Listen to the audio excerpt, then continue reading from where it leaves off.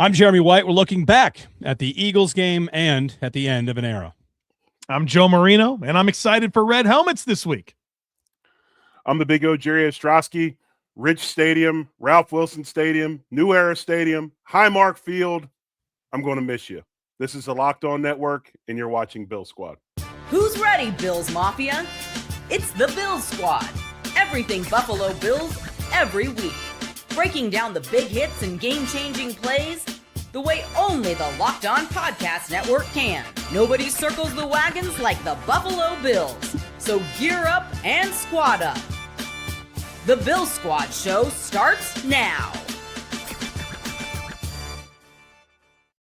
Welcome in, Bills Mafia. It is the Bills Squad show here on the Locked On Bills channel, part of the Locked On Podcast Network, your number one sports podcast network. Jeremy White, Joe Marino, the big O, Jerry Ostroski, looking back on the game that was Bills-Eagles, some takeaways, some all-22 I know both Joe and Jerry want to get into. We'll get into that with you.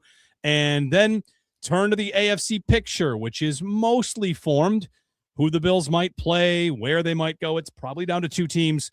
Then into Highmark and the farewell, how they should play the Jets, how the farewell plays into how they should play the Jets. It's all kind of intertwined. So happy to be with you here for our midweek show and our goodbye to Highmark next week for our two shows. I mean, we're previewing the playoffs, and that's going to be business time against maybe the Patriots, maybe the Jaguars, or maybe somebody else, but likely those two.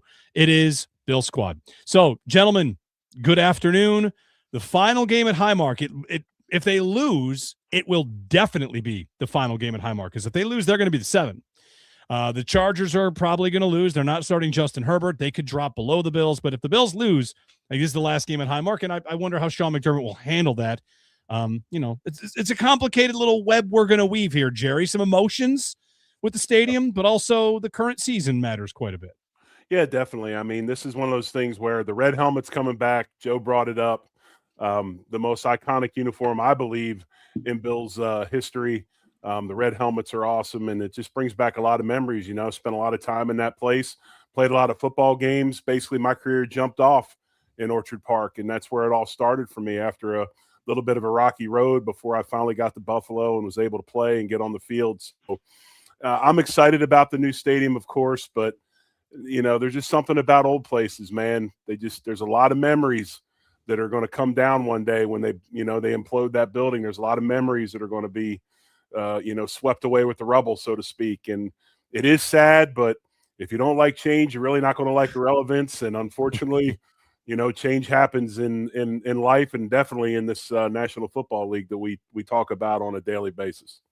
Yeah, it's an interesting situation for this Bills team. I think it'd be hard to lose to the Jets, regardless of whatever decisions the Bills make with who's going to play, who's not going to play, how much they care about potential seeding.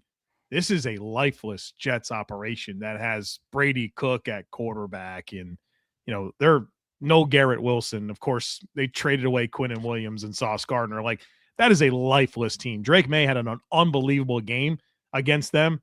He played against air, and so I do find myself curious about just the result. Like, what is this game even going to look like from both sides of this equation? And do the Jets have anything to hang their hat on in terms of being competitive on Sunday? Stat for you on the Jets. We'll get to Eagles and Bills all 22, but just to wrap this little tease here on the Jets, they've given up 32 passing touchdowns, no interceptions. Like, that is the MVP of the league, right? Like, someone tweeted out the full stat line of what quarterbacks have done against the Jets, and basically they turn everybody into an MVP quarterback. So it's been rough. And I saw Aaron Glenn this week asked about taking away positives, said that they ran the ball well. I mean, they're down 35 points at halftime. He's here pointing to running the ball well. So it's a tough scene there for the Jets. But before we get to how they should handle this game and who's going to play and how they're going to do it, we do want to look back at the Eagles game, a loss for the Bills, 13-12. And I guess I should have expected this, guys. We're so close to the playoffs that the football industry of takes is just ready. Everyone's fired up and ready, and a late season game like this, people just going to stretch their muscles on having the takes. Like, I was listening to you, Joe, on the Daily Show, say like how much the conversation would change had Allen throw the ball to Shakir. Yeah. And you're right, like the headline changes, But I feel like a lot of what we would be saying would be the same. Credit to the defense. The offense probably played okay, but had some really vital mistakes.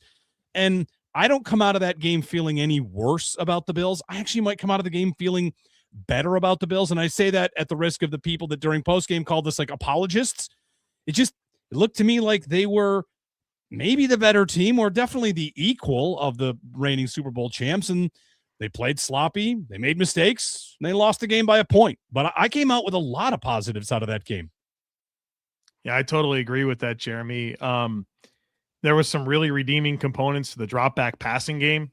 There was unbelievably redeeming moments to the defense in ways that I just didn't anticipate with their ability to kind of figure that out. And I think that's what this team's about. They're going to figure it out or not. It's not like they're going to just line up and they're the more talented team with dynamic schemes that are just going to make it miserable for you. They're going to figure out solutions. And even in some of these losses, I would say not the Dolphins game, but the two recent losses to Houston and Philly in a game where adversity struck time and time and time again, mistakes time and time again, you were able to figure it out in a big moment. You came close to being able to figure it out in a big moment. And so that's going to be what the Bills are going to be able to do or not in the postseason. But yeah, it's a loss, and I don't want to make light of it, but I feel like there's a lot to be encouraged about and really nothing to be discouraged about the game other than, the same kind of offensive variance that has existed all year continues to not go away, but that's not new information. Exactly. I think, Jeremy hit the nail on the head. Like there's so many narratives at this point in the year as far as teams in the NFL, and a lot of them are already written, right? We're just waiting for the outcome so we can see what angle we're going to take. But, what did we talk about with this Bills team going into this game? And all of us kind of had the same ideas. I mean, we were scared to death of Saquon Barkley in this running game, right? That they were going to run the ball down our throats. This run defense couldn't hold up. Eagles offensive line, everything else. Bills go out and throw one of the best games out there that they have in years as far as a complete domination on defense, as far as not only just passing game, but running game. And the statistics since Thanksgiving. 3rd overall defense in the league, top passing defense in the league, figuring it out in the run game with a lot of different pieces, practice squad pieces, rookies, all those different things. So I'm a lot like you guys. When I watch this game, there's some disappointment because I think the biggest disappointment is the area where we never believed we were going to be let down was the area that we were let down. And when I talk about it, that's the quarterback play. Josh did not play well. There was other plays in that game I thought we could have made. I thought Brandon Cooks got open on that deep route into the tunnel end zone. And if the throw was better, we could have had a touchdown there. I mean, there's a lot of great pieces that we saw. Cooks emerging as a downfield threat. The defense, the running game continued, all these different things.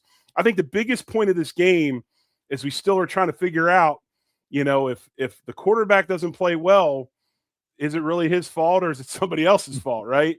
And when I watched this game, I didn't leave discouraged. I left encouraged. And the big thing was when I looked at it, this was one of those games where it was different than others. The quarterback was the piece that didn't play well enough to win. And that's something we don't see very often in Orchard Park. Let me ask you about that a little bit more because Allen, I think he got his fair share of criticism this week. I mean, he said he missed throws and he played poorly. And, if we're talking about a fumble or taking a sack or trying to get more than he should, we've got this situation with the Bills, and this kind of is a side effect of everybody eats. And again, not a criticism and observation here. Allen is almost the only player on the team individually that we can go after, right? Who else really rates on a level like that? Like if you're talking about the Eagles, you can get after Hurts, you can get after A.J. Brown, you can say, where were you today, Jalen Carter? Like they've got stud players, you'd say, where were you today? And for the Bills, they have a lot of really good players. You might do that with Rousseau sometimes. You might do that with Terrell Bernard, but it's not the same. Like for the Bills, and I think this is what I was listening to Dan Orlovsky talk about, how there's so much pressure on Allen. I think the gap between like number 1 and number 2 on the roster is bigger with the Bills than almost any other team. That's not to say they're not a good team, but he really gets that whole to whom much is given, much is expected. That's his life. His life is you're the face of the team. You're the everything of this team. And if you don't play well, I don't know if they're good enough to pick you up. So I don't know. Like, I don't know what to do with that. How many other players really rate on this roster to the point where people would call and say, oh, Mr. So-and-so wasn't there for them today, and they really needed him? Well, I think you got to look at a position group, and that's the offensive line. I mean, I think they're that type of group. I mean, this is a top 5 group in the league. I truly believe it. And, last year, Josh was sacked 11 times. This year, he's been sacked 40 times. That's a big jump. There were some cases in that game this past weekend where individual effort wasn't there. There was a couple plays where if individual effort was better, we might have scored. One of those being Josh Allen's scramble, where he got 17, 20 yards, I believe, something like that. If there's a little more individual effort in a couple of cases, maybe he scores. So I think that offensive line's a group. And, of course, James Cook obviously is another position where he's placed himself in the league. You can put, he's kind of one of those guys. I understand what Orlovsky's saying, but I think this version of the Bills, more than anything, this is really truly a team concept. This is team football. I mean, other than the quarterback and James Cook, really, and I know what he's getting at, like you said, are there really any other areas that's going to carry individually? No, this has to be team wins, not many individual wins coming out of this. And, but yeah, I think offensive line wise, definitely that's a group that can take criticism from time to time. Well, I think Josh has earned that as well. I mean, I think that's a testament to who he is as a player, the potential that he has to produce, just the dynamic nature of what happens when Josh Allen steps onto a football field where expectations are so high for what he can get done. And anytime it's not really good, there's a lot of questions, and oftentimes taking those questions away from the player himself. And so I think there's a lot of truth to that thought by Dan. I think Jerry has some good points about the additional functions of the team, but I think overall it speaks to Josh, who he is and the status that he's earned in the National Football League. How about he said the foot didn't affect him? Meanwhile, both McDermott and Brady said, like, we were communicating with him how it was affecting him. It just kind of gets to the point, like, he is never going to tell you he's hurt, even when his coaches are saying, like, oh yeah, we were definitely managing a foot situation down there. So listening to Joe Brady was very interesting this week because the guy just couldn't blame himself more for everything. That was every answer was, it starts with me. I got to do a better job. Like, everything was on him. Sacks, he's like, starts with the play calling. It's my fault. That was something. If you haven't got a chance to listen to Joe Brady this week, it's just literally him saying, yeah, everything's my fault. That didn't work. It's my fault. But I got a better call. Have to be more aware of my players. It was quite the falling on the grenade. Yeah. Well, he was right about one aspect. A lot of those sacks are his fault. He's got to do a better job of keeping people in, which he doesn't want to do. But yeah. So anyway, can I ask you? I would love to get into this specifically. Can we go to the 2-point play, Jerry? And I hope that you've looked at it well enough for me to ask you this question, because I think we can all isolate that play and we can say, Josh missed the throw. You got to get more air on it. Too far to the left, too low. What did you see protection wise there? Because they had 3 for 3 on the right side with Davis and the guard and tackle, Brown and Torrance, but it got messy, right? And Josh had to kind of move to his left, and it felt like his sequencing wasn't as pure as he wanted it to be. Did they slide the wrong way? Did they not sort that out correctly? Because make the throw, Josh, but I think there was a pressure element to his right that we need to factor in. Well, from what I remember of it, that's exactly what Fangio did. When you're on the 2-yard line, what are you not going to allow to happen? Josh Allen's going right. Yeah. So this was like basketball where you force the right-handed point guard that doesn't want to go left. You pressure him on the right side to force him to the left. I think they did that on purpose. And, again, you're in another instance where you're going to go 5-on-5. So the pressure did flush him that way. And I think that was by design, was to get him to go left where he's not as comfortable. So that's going back to the Kincaid drop against the Chiefs in the AFC Championship game. That's 2 high-level defensive coordinators that had that same thought, but the Bills set the protection slide left. Come on now, like, can we understand that the defense wants to make sure that the pressure comes from that side and maybe slide that way? But you understand the alignment sets the slide.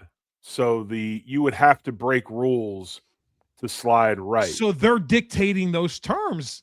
Yes. I think you have to be willing to think about it, Jerry. I do too. I'm not arguing with you. I'm just telling you the deal. When you come up and you got 3 to one side, and you got 2 to the other, the uncovered lineman goes to the side where there's 3. It's not, even I can do those mathematics, and I'm horrible at math. I was going to say, yeah.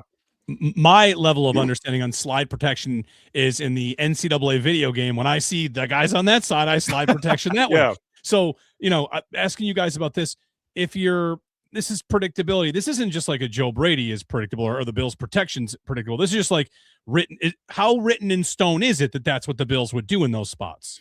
Well, I think it's like I said, they would have to break tendencies. They would have to have a specific play to break that tendency out of that protection look. I mean, there was a couple different things. We talked about one last night where they brought a blitz look, and Philadelphia was doing a really good job of taking the 3 technique in passing situations and lining him up almost like in a 4-eye on the tackle, and then taking the other defensive tackle, lining him up head up on the center to create a 1-on-1 on the left side, and then all this space between the 4 technique or the 4-eye and the center, and then you'd had a guy on Spencer Brown, so you had really 2 on Spencer, 1 on his outside shoulder, 1 on his inside shoulder, linebacker, and bringing pressure that way, bringing 2, 3 to that side. I mean, they forced the pressure that way. There's different things we did in the past where we used to double read and stuff like that, where the guard would kind of kick out, and if the inside linebacker came, he'd take him, or the outside guy. But yeah, I mean, you're going to have to break tendencies, and that's just something. If you watch this, other than blocking schemes in the run game, they don't break many tendencies in pass protection. Let me follow up on this, because as we look forward, and you're mentioning the AFC Championship game, what the Chiefs did to them, this game, what Vic Fangio does. When I'm also thinking about a parallel to the AFC Championship game, they threw a screen pass on 3rd and 10, and the Eagles were so ready for that. And they ultimately get down where they get to because of a hook and ladder. So if I'm a Bills fan going to the playoffs, I've seen Joe Brady do very good things. Do you feel like that is potentially a matchup spot where you might be worried? You look at the other defensive coordinators and think, all right, no Steve Spagnuolo this time around, right? You're not going to deal with Vic Fangio on the AFC side of the playoffs. But matching up against some of these defensive play callers, do you feel like there are matchups where just that alone, their DC against the Bills OC, where the Bills might be in tough in this playoff field? No, I think that these are simple fixes. They're not like they're not complex. The offense coordinator's got to get it out of his head that if he wants to pick it up, you got to keep an extra guy in. If you've got 5, they bring 6. There's always going to be 1 extra. And, they're going to manipulate the uncovered man. That's what they do in sim pressures. Been doing it for years and years and years, decades. Bring the slide to the left and bring the extra guy to the right where there's only 2. Well, if you keep the back in, you at least got a fighting chance, right? You at least got a fighting chance. I would argue the Bills are doing more this year to help their protection than they did last year. So let me give you some numbers here. The Bills so far this year are facing pressure on 38% of dropbacks. That is up from 32.4 last year. So it was 16th this year. It was 14th last year. The sack rate, 7.3%. That's 9th highest in the NFL this year. Last year is 2.6%, the lowest. So you have a massive spike there. The pressure to sack conversion is really where I think things pop. 19% pressure to sack conversion rate this year. It was 8% last year. So it was the 10th highest this year. It was the lowest last year. Like a historically great year in terms of, being able to not allow pressure to turn into sacks. And it's challenging to reconcile all of this because last year they ran more 5-man protections than they did this year. Right. I think they've committed more this year to not allowing that to happen, but you're getting more pressure slightly, but you're getting more pressure that turns into sacks.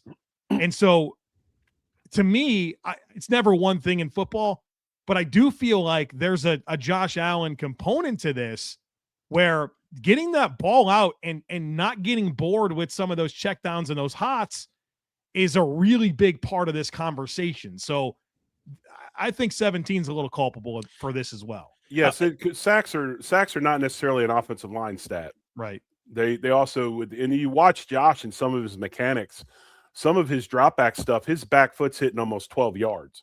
He's dropping deeper. He's holding on to the ball longer.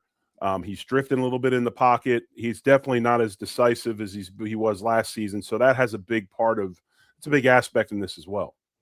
All right, when we get back, I want to pick up on this exact point and also get to how the run defense has improved and really like what the Bills have done to make things look better of late. So we'll get to that. It's the Bills Squad show here on the Locked On Bills channel. Back with more in just a moment. This episode of Bill Squad is brought to you by Gusto. No one starts a business for the joy of calculating tax withholdings or managing payroll spreadsheets, and that's where Gusto comes in to take the stress out of payroll, benefits, and HR so you can focus on running your business and supporting your team.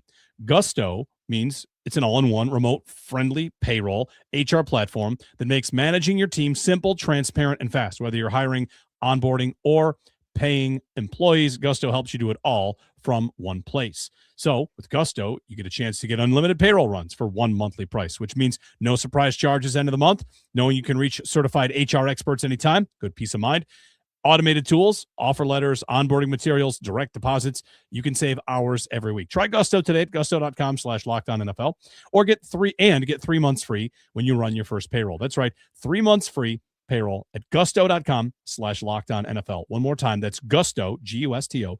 That's gusto.com/LockedOnNFL. We're back here on the Bill Squad show. Jeremy White, Joe Marino, and the big O, Jerry Ostroski, picking up on the point about Allen's role in what's happening in pressure to sack, which is just when they get there, these teams are getting him on the ground at like 250% more than they did last year. So how much of what is happening with these rushes, if it's simulated pressures, if it's just hits are in his head, have our defensive coordinators out there thinking they can play with Josh upstairs a little bit?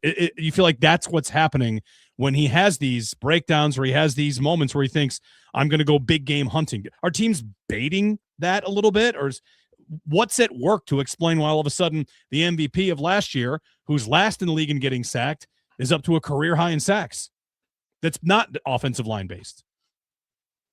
I think there's a lot more attention this year on Josh Allen to commit to keeping him in the pocket and affecting his escape outlets in ways that I haven't seen in previous years. And I think a lot of that has to do with a lack of concern for what you have to defend against this Bills passing offense. And there's just been total inconsistency with what's available around Josh Allen at wide receiver and at tight end. Dalton Kincaid's the best pass catcher this team has. He's missed, 6 games that he's completely missed at this point, and how many others he's on a pitch count.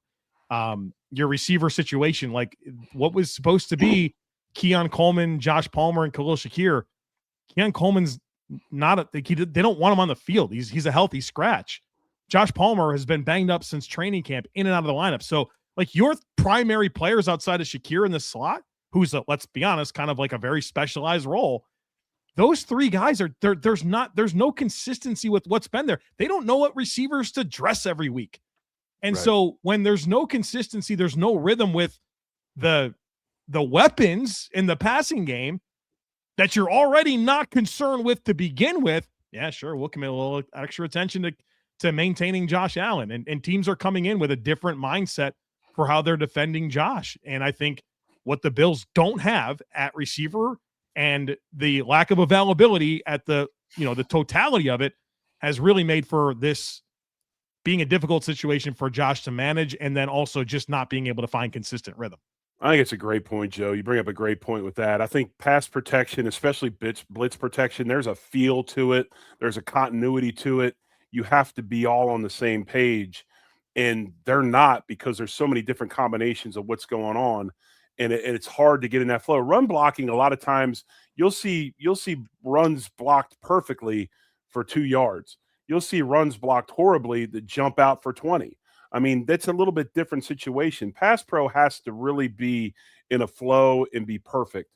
The other thing is this, and one thing I've noticed, and I think the book is out, and I think I shouldn't act like the secret's out, so I don't want to go there. But I think the league understands. Even in a clean pocket, I don't think Josh really necessarily likes to be in there. He likes to move around. He likes to glide, do different things. This is what he does. Being a big athlete like he is, he likes to move. So I think coordinators have done a great job this year of taking away escape routes, but keeping him in the pocket, not necessarily overcommitting for the quick win or whatever. It's let's keep him in the pocket, which makes him unsettled and then has to make decisions. And then when you don't have that continuity or feel, it gets even harder.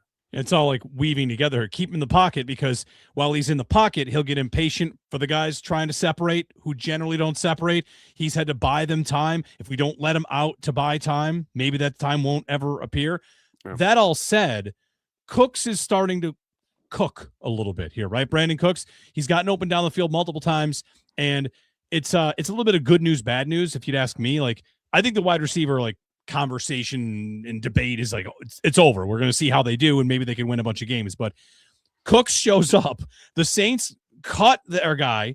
He shows up on the Bills, and now he's immediately vital to their passing game. Like, that's how bad it was. But the good news on that side is that, Joe, you highlighted in your all 22, like, it's working. Like, what's happening with Cooks is it's working. Yeah, you're getting more down the field separation from a player than the Bills have had in probably 3 years. And of course, there was a lot of shaky moments in those first couple of games with drops, but we saw it come together. They were close, obviously, and then it really manifested, of course, in the rain against Philly, like everyone would anticipate. One more thought here on this Josh Allen thing is we're trying to reconcile this formula and why the pressure is leading to more sacks and why Josh Allen's maybe turning down open primary reads that are shorter and maybe big play hunting. And this isn't something that anybody's going to be able to prove, but can we just take a second and just think about Josh Allen and his overall just like journey? This is a 0-star recruit that had to do all the things to get to Wyoming, had a, flashy career at Wyoming, crazy draft process, winds up being the 7th pick, shaky start to his career, a lot of criticism, right? And then he flips it around, becomes an elite quarterback in the NFL. Well, now he's operating the offense that is the most rush aggressive offense in the NFL. And, he's not going to pass for 4,000 yards again this season. I know that Josh is a team guy, but don't act like this guy doesn't want to go out there and light the league on fire and make plays and be dynamic and be the MVP. Don't think for a second he doesn't want a second league MVP. Don't think for a second he's not pissed about Drake May and the New England Patriots. I'm sure he's fuming. And I'm sure this man wants to go out there and make plays. It's not like he's an idiot and forgot how to play football. He's a competitive dude that wants to make it happen. And I think that's a blessing and a curse at times. But I think that's probably influencing things right now as he's kind of looking at this overall picture and saying, I'm him and I need to show it. And that might be leading to some variance that Josh Allen would never tell you, just like he's not going to ever tell you he's got an injury. I brought that up the other day. Is at a point now where he's finally gotten to the point of frustration and will force things because of, the lack of big playability in this offense, or at least what he's asked to do. So he's trying to force big plays because he wants to be that guy. That's not a bad thing. Believe me, it's not a bad thing. But unfortunately, it's put the Bills in some tough spots recently. But I agree 100%. There seems to be a frustration or maybe even a boredom with what plays he's running week after week. It's not like when he takes those ridiculous sacks, he's like, that dude's friggin' slamming the ball against the ground. He's pissed off, man. He wants to make plays. Yeah.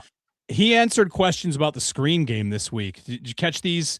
Sure did. He was diplomatic like he always is, but anytime any player, quarterback, says, running the plays that are called, like that, you can't say that without people watching thinking like, do you not like that call? He said like, oh, they've worked for us in the past. He denied the idea that they don't let him get rhythm. But that 3rd and 10, he's like, well, those have worked for us before, and, run the plays that are called. Oh, all right. Because like, if anything would frustrates me about watching the passing game, it's a 3rd and 10 play where this miracle playmaker is turned into Mitch Trubisky. Like, why is that ever happening to Ty Johnson? So if those frustrate us, I don't know if they frustrate him. Like, whatever. We watch from the outside, guys, and Jerry, you could speak to this, like frustration between a player and a teammate, or a player and a position coach. And while you get along and have each other's backs, you still might get after each other. Like when Allen takes that sack, Allen slams his helmet. You see Joe Brady in the box? Pissed. Joe Brady scream. What did he scream? Throw he it. Said, what the are you doing? So right. So you've got like that's what he said. And I'm not saying that means that they are at some sort of personal conflict. They can't get along, but there's probably push and pull on like, what can I do? What's right? What stays on schedule? And Joe Brady is probably caught in the middle of everybody trying to keep this thing on track, and with what McDermott wants and what Bean wants and what the players want and what. But let me take this one step further too. Okay. It's professional neglect if Joe Brady goes out on that field and tries to run a 4-wide offense. You know, I know the quarterback and the fan base want Chateaubriand, but the ingredients they got is Salisbury steak. Okay. So you can be upset at Joe Brady all you want as well, but Joe Brady can only deal with the pieces he has also. And we know that he's been around some good offenses in his career with high-level wide receiver talent. So he's not, you know, naive to what it takes. I mean, he's been on teams with Landry and Beckham. So he understands what good ones look like. But it would be neglect to come out there and try to give the quarterback this high-level downfield passing scheme or passing offense with what the Bills have as well. So I know Brady gets a lot of criticism, and sometimes he deserves it, but also he has to look at what he's working with and the pieces he has. I want the best of both worlds, Jerry. I want a run game. I want to be able to dink and dunk. I want throws down the field. Like, how do I get that? To quote the great Hannah Montana, how do you get the best of both worlds? Well, you can. I mean, I think hire Kyle Shanahan. Well, dude, that's my coach of the year. I love Kyle Shanahan, and the fact that he named his son Wayne after Little Wayne is even better. But you know, when you look at those types of teams, but let's look at the Rams. Okay, the Rams get that, but you got to be a lead outside to run 13 and do what they do. But I will say, Brady should feel good about himself. Somebody stole one of his plays last night. The Rams ran the hook and ladder in a crucial situation for a first down. So McVay stealing Brady's plays. So he's got that to feel good about. They did. They ran it against the Falcons. I saw. Yeah.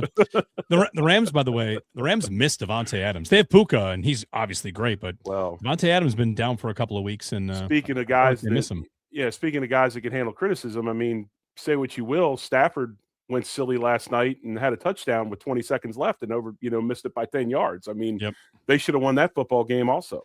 Yep. It's a wild game last night. Totally wild. And Bijan, just like, Bijan delivering championships for fantasy football owners around the world. So that's probably my next Joe Marino analysis. Who has the money to sign Bijan Robinson? Falcons. They got to bring him back, right? They can't let him go. Him and Gibbs this offseason are going to be interesting. I'm glad James Cook's done. Yes, same. Yeah, absolutely. All right, we'll get a break in. I know we didn't get to the defense. I got to find out like what is happening defensively. They're throwing out. Jerry in our group chat said like numbers in the 70s for defensive tackles. Maybe that's like who are these guys? Right? It's a no-name squad. That was my son that sent me that text. He said, "We got two guys with 70 numbers starting on D line. This ain't good." All right. Well, they did the job. So we'll get into that. How the Jets game should go, and then of course some Highmark memories as we are prepared to send this stadium off. It's the Bill Squad show here on the Locked On Bills channel. This episode of Bill Squad brought to you by Prize Picks. Whether you're starting a new routine, jumping into player projections for the first time, trying something new can feel like a challenge. With Prize Picks, feels good to be right. With high-pressure football matchups every weekend and elite hoops action almost every night, the action never slows down, and Prize Picks lets you stay in control. Maybe your fantasy seasons are over, you're looking for another game to play. Prize Picks is the daily fantasy app that makes watching sports more exciting by letting you build lineups based on player projections. No drafts, no waiting, just pick more or less and play your way. It's made watching games more engaging, especially when following individual playoff performances. If a player starts hot, you can also cash out before the game ends. There's flexibility with options like FlexPay. You can still get paid even if one pick misses. Download the Prize Picks app today. Use code LOCKDOWNNFL to get $50 in lineups after you play your first $5 lineup. That's code LOCKDOWNNFL to get $50 in lineups after your first $5 lineup. Prize Picks. It's good to be right.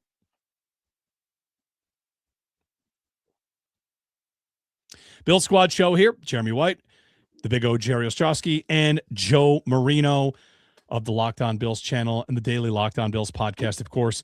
All right, gentlemen, tell me how the Bills have done it in the run game. How have they made their run defense better? How much better is it? Are they just not giving up the creases, the big ones? Or is it just, all across the board, everything's going much, much better? I think this game they game planned appropriately. They did some things game plan wise that really took advantage of some mismatches with the Philadelphia offensive line. First thing they did was they moved the front. They slanted, they angled, they did some gap exchanges with the linebackers and the defensive linemen to where they caused stress on an offensive line that maybe doesn't quite move as well as they have in the past. I think Landon Dickerson's playing really hurt. He wasn't moving at all. Steen is not that great. You had a backup at left tackle. So that's the first thing. The second thing they did was the center, Jurgens, for the Eagles is incredibly – he's an undersized center. He's not a big guy. And they used that mismatch between Deion Walker and his size and Jurgens to their advantage. They let Deion Walker kind of play free. He didn't have a lot of, you got to play that shade and sit in the gap. They let him move. He had that big swim move that won about 3 or 4 times. He was able to, even when Jurgens got hands in him, he just grabbed him and was like, get off me. So there was that advantage as well. And then I think the other thing, besides Shaq Thompson providing, solidifying that middle with his play, Milano's healthy. And when Milano's healthy, we're back to seeing – everybody's fit up, and then there's this, this streak of color that goes across the screen, and then everybody gets up from the pile, and the guy at the bottom is Matt Milano.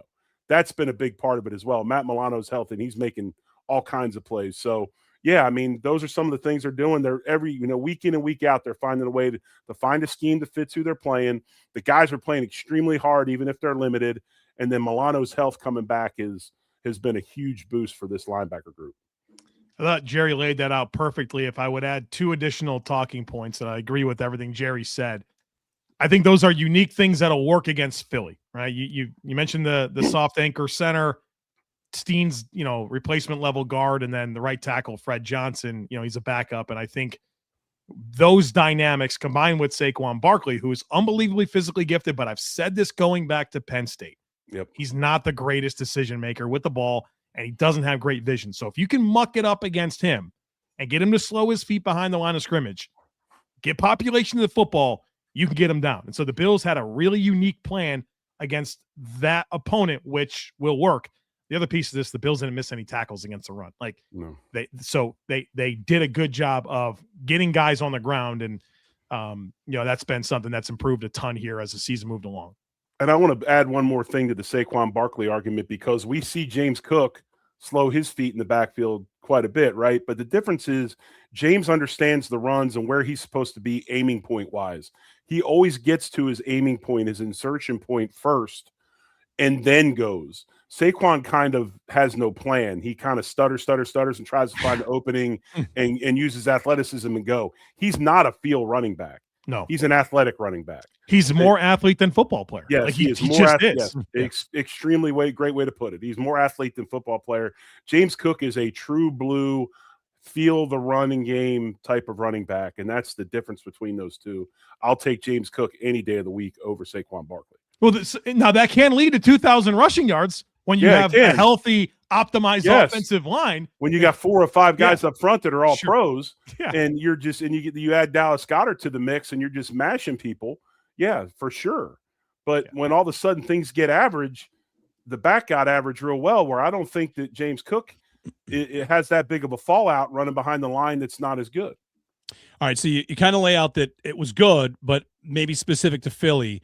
How about the pass defense has been good against a lot of teams. When watching the L-22, what's happening with the Eagles passing game? Is it as bad as they think it is in Philly right now? I saw a couple of clips where they run a play action and Jalen Hurts drops back and there's no one. I don't mean no one to throw to, like no one's covered, but there's not anybody in the part of the field he's looking at. Like they've got problems on offense, it would seem.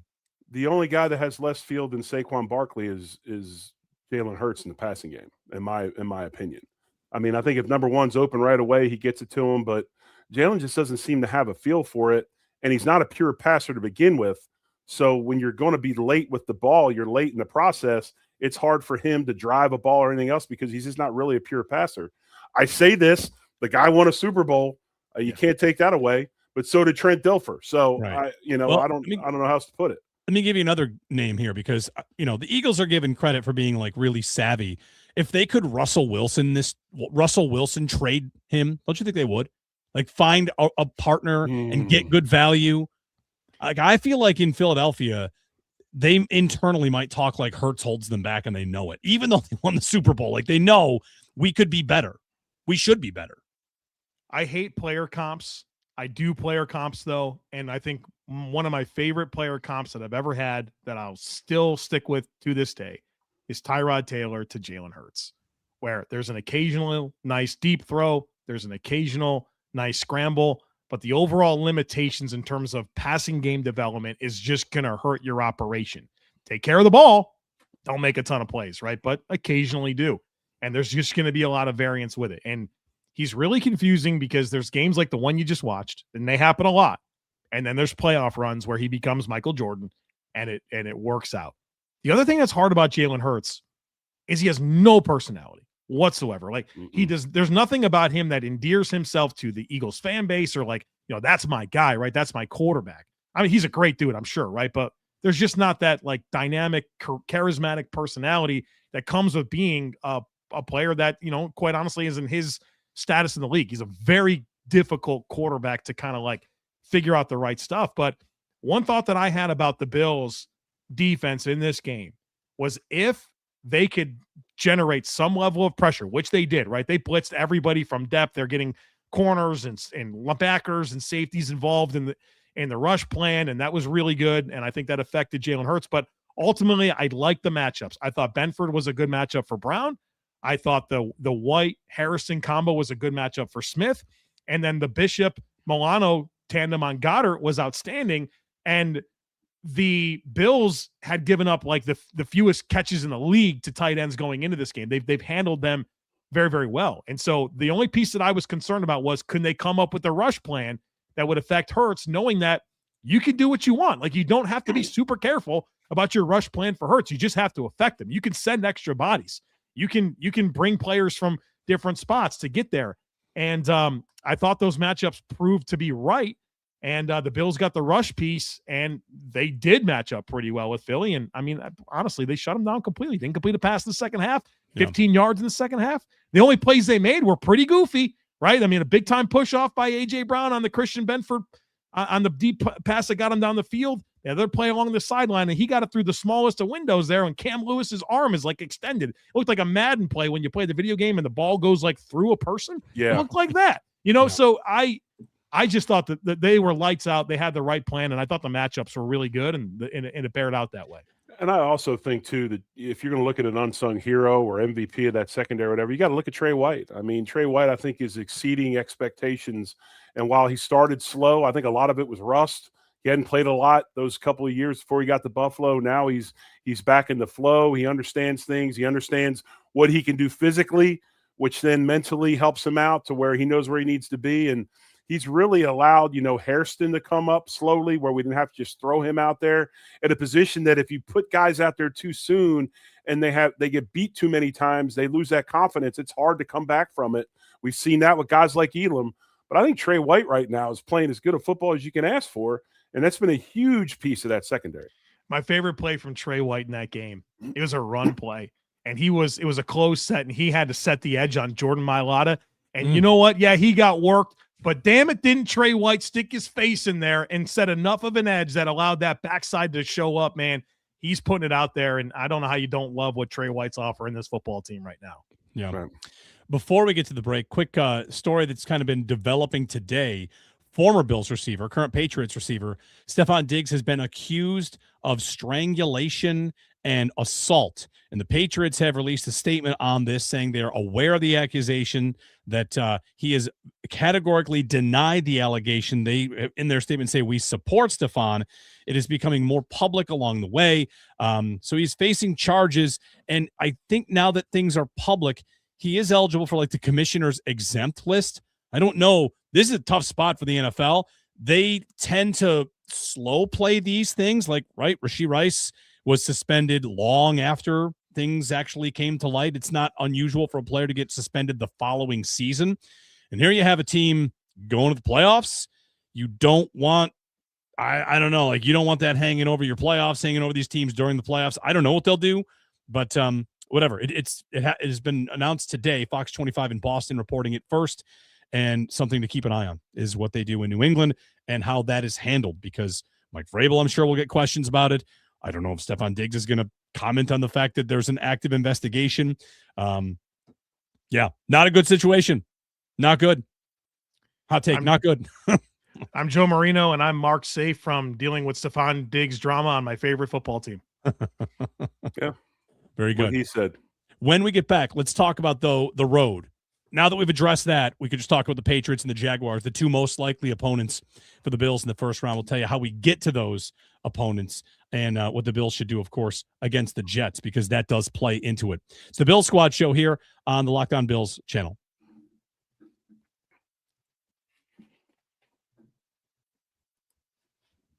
Jeremy White, Joe Marino, the Big O, Jerry Ostroski here on the Bill Squad show. All right, we'll get some stadium memories to close out the show, but let's talk paths to the playoffs, guys. And next time you hear from us, we will know the full road to the playoffs, or at least the bracket. Denver's not yet clinched the 1 seed. If they win, they do. They play a Chargers team that is not going to play Justin Herbert, which I think is smart for them. That means the Chargers, if they lose, and the Bills win, the Chargers are the 7. If the Bills lose, the Bills would go below the Chargers and become the 7, and that means you'd go to either Jacksonville or New England. If the Bills win, stay ahead of the Chargers, they go likely to Jacksonville or New England. There's a road if the Texans were to lose, whatever, but we think it's probably Jacksonville or New England. And preferences here, the last segment about Diggs notwithstanding there, like, I would prefer to go to New England. I think that's a better matchup for the Bills. I have more respect for what the Jaguars have put together as a total team right now than New England. Yeah, I totally agree with you, Jeremy. I think the Jaguars are more dynamic with their offensive weapons. I mean, really, all all over the place with ETN and Bretton Strange and Jacoby Myers, who I wanted the Bills to trade for, but everyone told me he was just like the receivers they already had. To go with Parker Washington. Defensively, they have athletes all over the place in that front 7. I'd much rather go to New England, where I think they're operationally a really good team and Drake May looks really good, but I don't think they can stop the run well. They don't have pass rushers. I take my chances in New England if that can work out. And plus, you get the chance to end their season, which you should want. Right. I agree. It kind of undoes them winning the division. Like, congratulations on your division title. We still went farther. I agree. This is an opponent that I think fits well with what Buffalo does. They're both 1-1. It's not like you're going into this thing, you beat them twice. How are you going to beat them a third time? Both teams won. Then obviously you throw the Diggs controversy into it and all that noise. That's not going to go away. A lot of distraction with it. Younger football team. I'm all for it. I wouldn't have a problem if we went to Jacksonville. I do think we can beat them too, but I do think they're a much better football team. Or I should say a team that matches up against us probably better than New England does. Yeah. One thing about how the Bills' loss shaped the AFC picture, it was a very good thing for Houston, because Houston now has the tiebreaker over the Bills because of the head-to-head, right? And that slots Houston into the 5 instead of the Bills into the 5. So with that, if the Texans beat the Steelers or the Ravens, whoever that is, then if we all expect the Bills win on the road and won in New England or in Jacksonville, or if the Chargers won in New England or Jacksonville, then Houston is up to host. They would be the high wild card. And for all we've said about these matchups and this and that, like, the Bills have to go on the road 2 to 3 times. And if they end up having to go to Houston at any point like that, it gets a lot scarier. I feel like it was a very good day for Houston to watch the Bills lose that game, because I don't think anybody thinks too much of the division champs. And if it becomes like a wild card team off, then they sit on the top of that right now.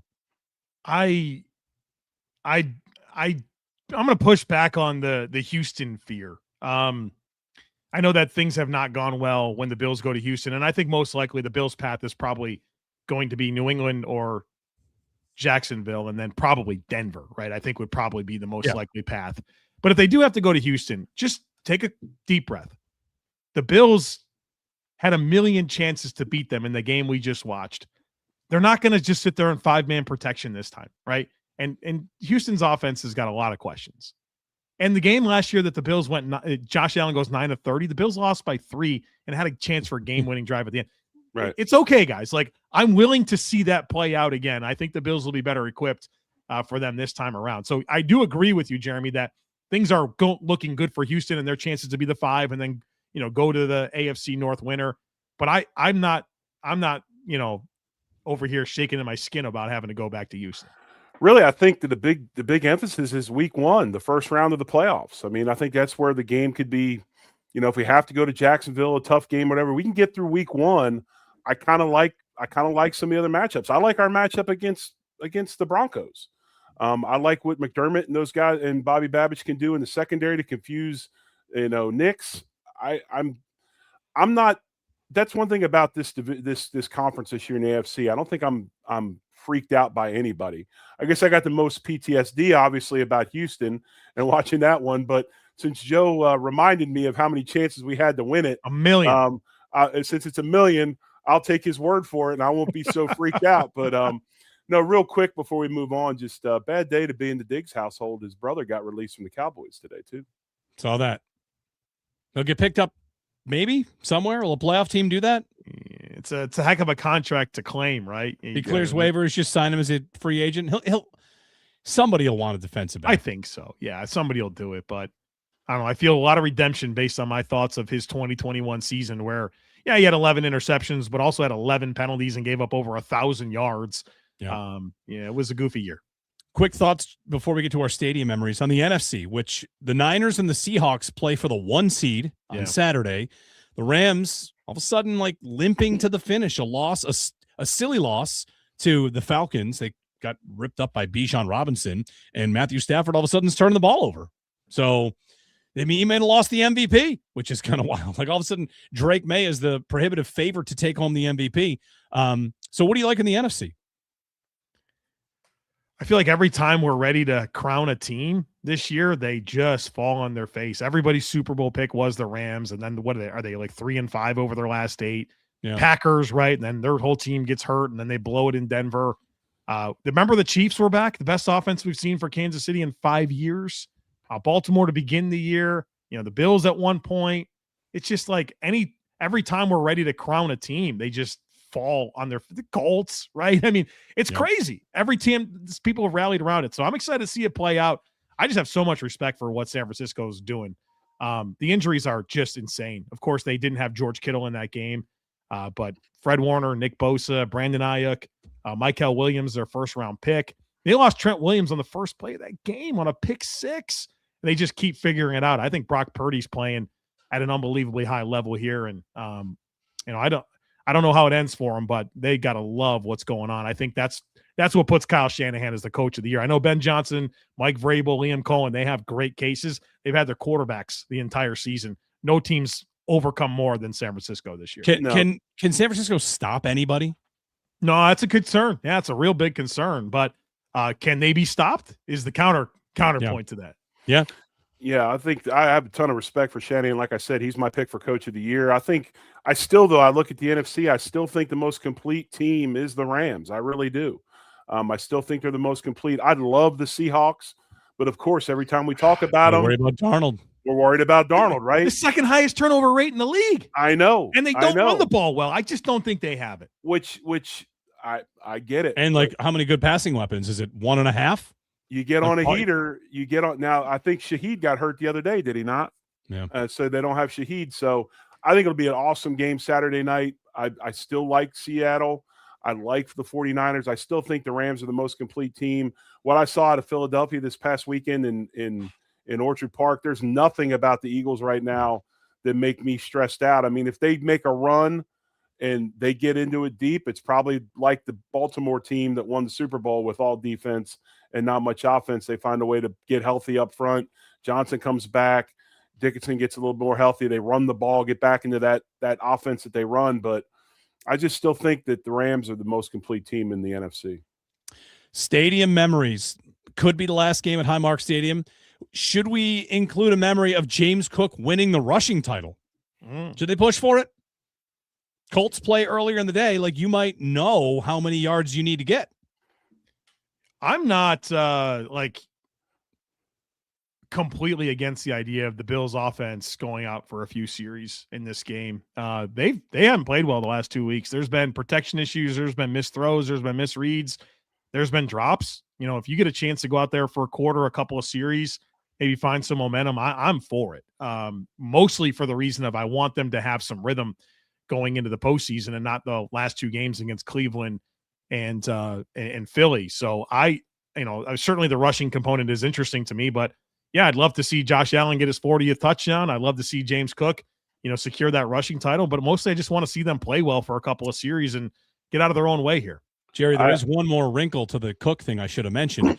You might know you're ahead of Taylor. You might want to get a little bit of a buffer because Derrick Henry is in striking distance, and he plays on Sunday night. I think you'll see the Bills starters play a bunch of the first half. I really do. I don't think he'll sit him. I mean, they deserve it. It's last game in the stadium, red helmets. I understand the rest thing and all of that, but let them start. Let some guys get some incentives. We still got Dawson Knox needs a touchdown. I think Bosa needs a sack. At least give them a chance in the first half to do some of that against a really bad Jets team. If the Jets fold like we think they will, then start bringing in the backups. But I just think for the last game, just that aura of it, the red helmets, some of the stuff going on. And like Joe said, you got an offense that needs to get a little bit more momentum. You let those guys play a little bit and then sit them. Treat it like game 3 of the preseason, so to speak. Yeah, that's all right. But I am defensively, though. I will say, Jerry, there are some players I don't want to see. I don't need to see Christian Benford. Right, no. I don't need to see Daquan Jones, Jordan Poyer, Matt Milano. No, buddy, you're not getting a jersey. There's no chance of that. Buffalo Joe's going to get to play a lot of snaps. Sure. Yeah, absolutely. Dorian Williams, a lot of snaps. Yes. Yep. TJ Sanders, you might have to hit the oxygen tank. You're going to play so much. He's playing better, man. I like he is playing better. He really is. Mathis. Yes. Ty Mathis. I didn't think he was playable. 72. Could it be not only Highmark's last game, but also Aaron Glenn's last game as a coach? No. He won't be one and done? No, you can't do that. Right? I mean, they're so bad. They're just – you got to have a plan to rebuild, and the plan to rebuild isn't just keep circulating head coaches. Yeah, that's not the plan. What he's about. That's why for what you brought him in for is what you believe in him and all the stuff he does is what rebuilds the team. You got to let him have that opportunity. Garrett Wilson is still their leading receiver. He has not played since October. It's a fun stat on the Jets. Who wants to be the head coach of the Jets if you do fire? Well, they have a lot of picks. Like they could get the quarterback they want, and which is fair to let Aaron Glenn get the quarterback he wants, whatever, and go from there. But he can be the next in the long line of draft a quarterback in the top 3, get fired the next year, which now happens all the time. True. Here's the thing with Aaron Glenn, like obviously they're tanking, right? And so like the results right now don't really matter to me. That's irrelevant in the conversation of Aaron Glenn and whether or not he should have the job. I go back to some of the goofiness. If you wanted to like convince me that they should move on, which I don't think they should, when they fired the punt, they cut the punt returner. And like, to me, that sets such a really weird precedent. Like, oh, you make a mistake, you're cut. Okay. Well, that's only applicable to that guy. Okay. Got it. That makes a lot of sense. Or the way he went after Rich Cimini for like sharing news that he was able to uncover a scoop. And then he got asked a question in a press conference. He's like, well, ask Rich if you want information. That's the goofy stuff right there. That doesn't sit well with me, where you haven't earned anything, dude. And so I don't really care that much about the results. It's that type of stuff that makes me wonder about, Aaron Glenn and, his ability to, galvanize this team and really turn it around. As we get set to say goodbye to Highmark Stadium, it'll be the last game unless we do return for a playoff game, which is possible. But as the 6/7, that's probably, the 7 wouldn't get it, and the 6 would have to be against the 7 in the AFC Championship game. So, it's looking very unlikely at this point. So, gentlemen, how do we say goodbye? Best memory, your high point, your low point, and maybe just a random memory or a good time. I want to get a list of 3. Jerry, let's start us off. Your high point. I feel like yours are going to be different than ours, right? You're at the 37-yard line. You're spiking a football. Let's get your high point. That was pretty awesome, scoring a touchdown. But my high point was December 11th, 1994. That was my first start as a player in Buffalo. It was my first time playing in Buffalo as a offensive lineman against none other than John Randall, Henry Thomas, and the Minnesota Vikings. That was my first game. The week before, obviously, was the Dolphins game where I came off the bench. But that'd be my most memorable playoff wise. Go ahead. I'm sorry. How well do you remember your first start? Like, do you remember just the whole thing, plays, feelings? Like, how well do you remember the day? Oh yeah, I remember it very, very well. I remember I was scared, you know whatless. Yeah. I'm playing against two guys that were really, really good. Um, it was thankful to have that time the week before in Miami to get some, get that under my belt and not be too, to understand I could do it. But that was a huge game. Kent Hull was a huge part of it, playing next to Kent. And Glenn Parker playing right tackle at the time, I believe, and just it was a much simpler time back then. Our pass protection, we weren't arguing about 5-man protections and all this. It was basically wherever John Randall lined up, we were sliding to John Randall. So it was a pretty simplistic gameplay. But you're playing with guys like Thurman Thomas and Jim Kelly, guys that you looked at as when you were a kid or whatever, watching these guys, and it was pretty special. So that's my most memorable moment. Obviously, also that 95 Dolphins playoff game where we boat raced them at home. Don Shula's last game. My roommate, Tim Tyndale, the Canadian Flash, scored a touchdown in that game. That was a huge playoff game for me, and it was a good time. And then my lowest point would be the preseason game against Philadelphia when I broke my leg. Obviously, that wasn't a great day. But I will say this. I showed up with 6 games left in the 1993 season, and being in that stadium for the Raiders game and then the Chiefs game was pretty wild. I mean, that was one of them. I'll never forget those crowds and that energy in that place when they won those 2 games and we went to the Super Bowl in Atlanta. The Raiders game, I didn't think it'd get any crazier than the Raiders game. Well, the Chiefs game was even more nuts, and just a lot of moments with it. But yeah, it'll be missed. It'll be missed, and being able to go back as a fan now and be in the seats and understand just kind of some of the intricacies of that place, and you understand why they're building a new one, but still it doesn't take away any of the great memories and the fact that that's where a big part of my life was spent, at that stadium. Speaking of intricacies, I saw somewhere on social media, like a podcast, took a picture and they're like, guess the NFL stadium, and the part you saw it? Yeah, I did. Go ahead though. The part they showed were the troughs, the urinal troughs. And I thought, like, oh, I know that place. Well, I was very familiar with troughs because we had troughs in the stadium at the University of Tulsa, and then in 2020, whatever it was, I go to Wyoming, the home of Josh Allen, and watch my son play the Wyoming Cowboys, and they still have troughs. So hey, they're out there. I grew up on troughs. I went to Syracuse. The Carrier Dome had troughs. Hey, it's the way you go. Awesome. Great stuff, Jerry. Joe, high point, low point, personal memory. Well, I think my high point was this year and my personal goodbye to Highmark Stadium.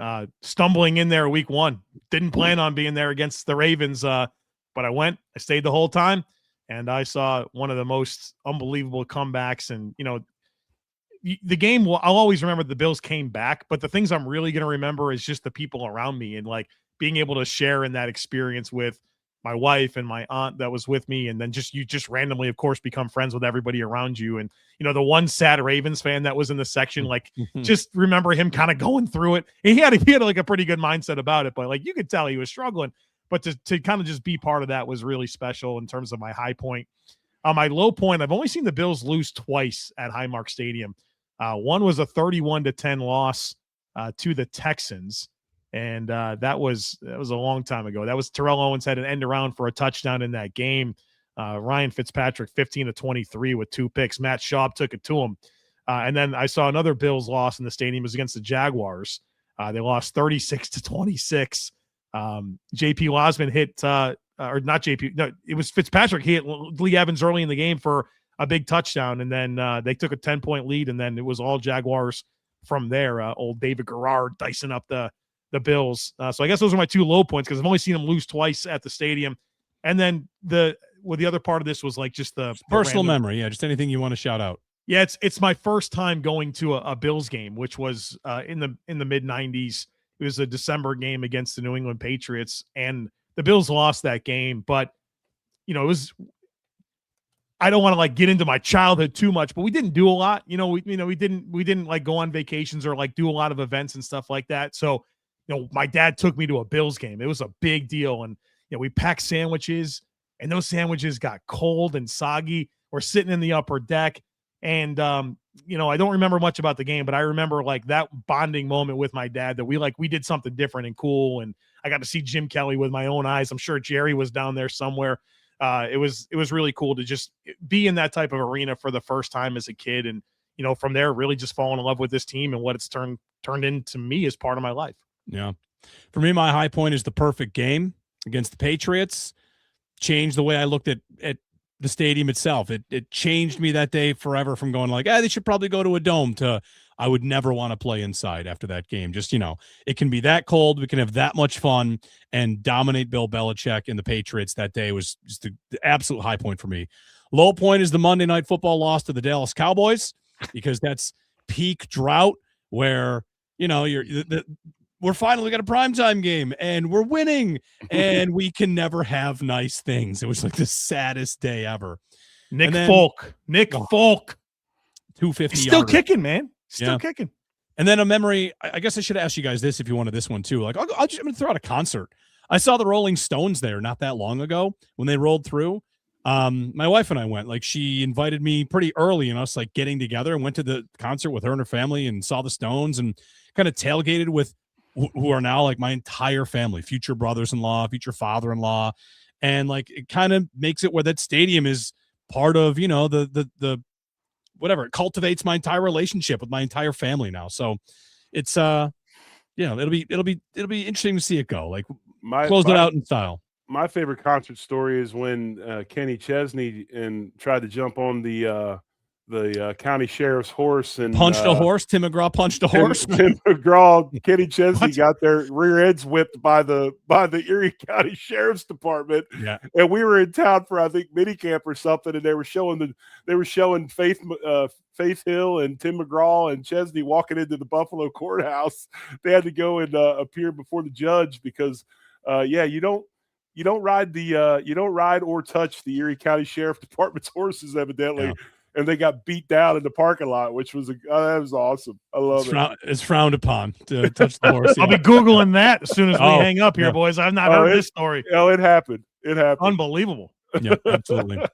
All right. Well, until we're going to do our show, not Sunday, we think, but Monday because we'll have the full playoff field. We're going to wait for the full playoff field. We'll break down what happens in Bills Jets. Is James Cook going to get the rushing title? Who do we think is the MVP at the end of the season? It's kind of like the Super Bowl. Nobody thinks anybody deserves it at this point, right? It's like a little too wide open. Anyway, so we're back with you tentatively, looks like Monday, and we'll do 2 shows leading into the playoffs, playoff post game, all that good stuff. So thanks for listening and commenting all throughout this whole season. One more left at Highmark. So go Bills, Happy New Year, and sayonara to Highmark Stadium. Go Bills. Much love. Go Bills.